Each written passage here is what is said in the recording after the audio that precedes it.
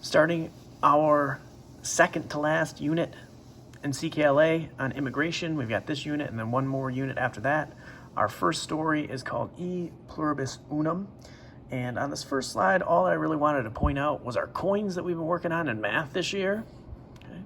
So we've got our pennies, nickels, dimes, quarters, and then we've got half dollars, which we haven't spent much time talking about. But if you remember, on each of the coins, we learned to see what was on the front and what was on the back so we could help tell them apart. But one thing that we didn't really look at too closely, but if you look at each coin, it has a saying on each coin, E Pluribus Unum.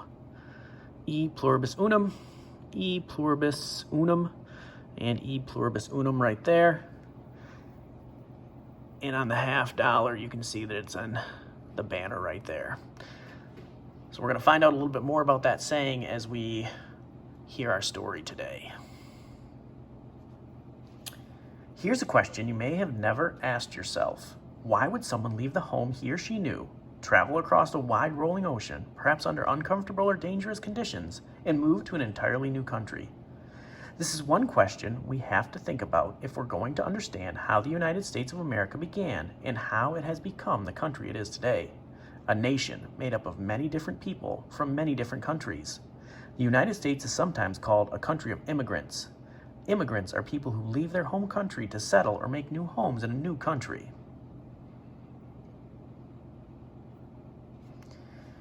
You may have learned about some of the people who traveled from Europe to the New World. European explorers called North America the New World because it was a new discovery to them. This was long before there was a country called the United States. But there were already people living in North, South, and Central America, and some on the islands in the Caribbean Sea. We use the term Native American to refer to those, like the Wampanoag or the Lakota Sioux, who were already living in North America before the Europeans arrived.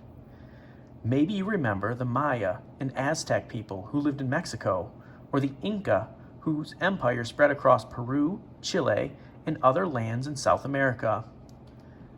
To these groups, the place where they lived were not new at all, because their ancestors, the relatives who came before them, had lived there for centuries. Europeans traveled to the New World for many different reasons. For example, Christopher Columbus came looking for a shortcut from Europe to Asia. Spanish explorers such as Cortez came looking for wealth.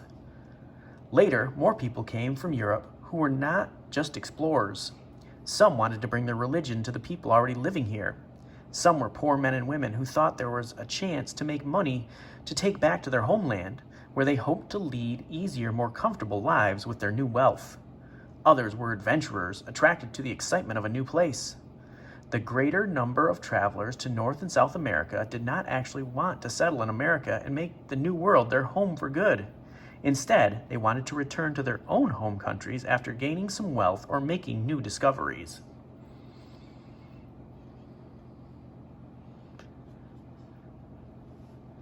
Much later, a group of people we called the Pilgrims were looking for a place where they could follow their own religion without being told what to believe by the King of England. When people practice religion, they are meeting to share ideas, songs, and prayers that are connected to what they believe about the world and life. Back in England, they were known as separatists, and they lived in fear of being arrested and thrown in jail for not having the same religious beliefs as their king. In order to meet together and practice their religion without fear, they decided to leave England. They hoped that there would be plenty of room in the New World in which to have their freedoms, to live and practice their religion their own way. The Pilgrims were not the very first settlers in the New World, part of which we now call the United States. They were important, however, because they helped to set an example by doing something new and different. So what is an immigrant? An immigrant is someone who comes from another country to settle in a new place.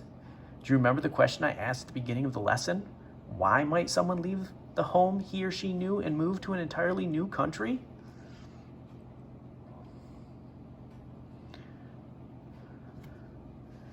Reasons immigrants leave their homes and come to live in a new country are push and pull factors. Push factors are the problems in one's home country that would push you out of your country or make you want to leave. For example, Immigrants, for many immigrants, money problems, trouble with their home government, and or a lack of religious freedom pushes them to immigrate or move to a new country.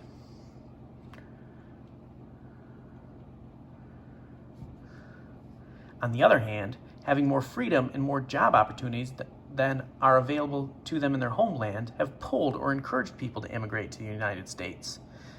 There are many freedoms, such as the freedom of religion and the freedom of speech, that are protected by the American government. These freedoms and other opportunities have attracted people to the United States.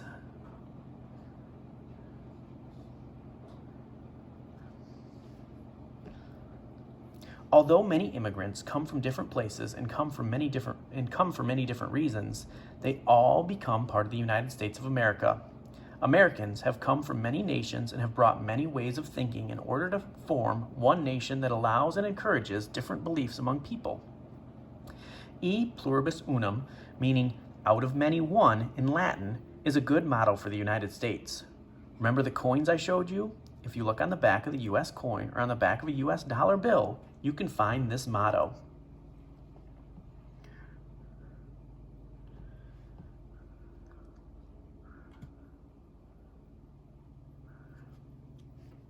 Today's Americans are sometimes immigrants themselves, or they may come from a long line of immigrants before them. This means that some Americans have ancestors who were immigrants. In the days ahead, you will hear fascinating stories about some early immigrants. You will also learn more about the enormous risks people took to immigrate to the United States. You will learn about the many hardships or difficulties immigrants face when they first arrived in the new country. As you will learn, it's a chance new immigrants are still taking today.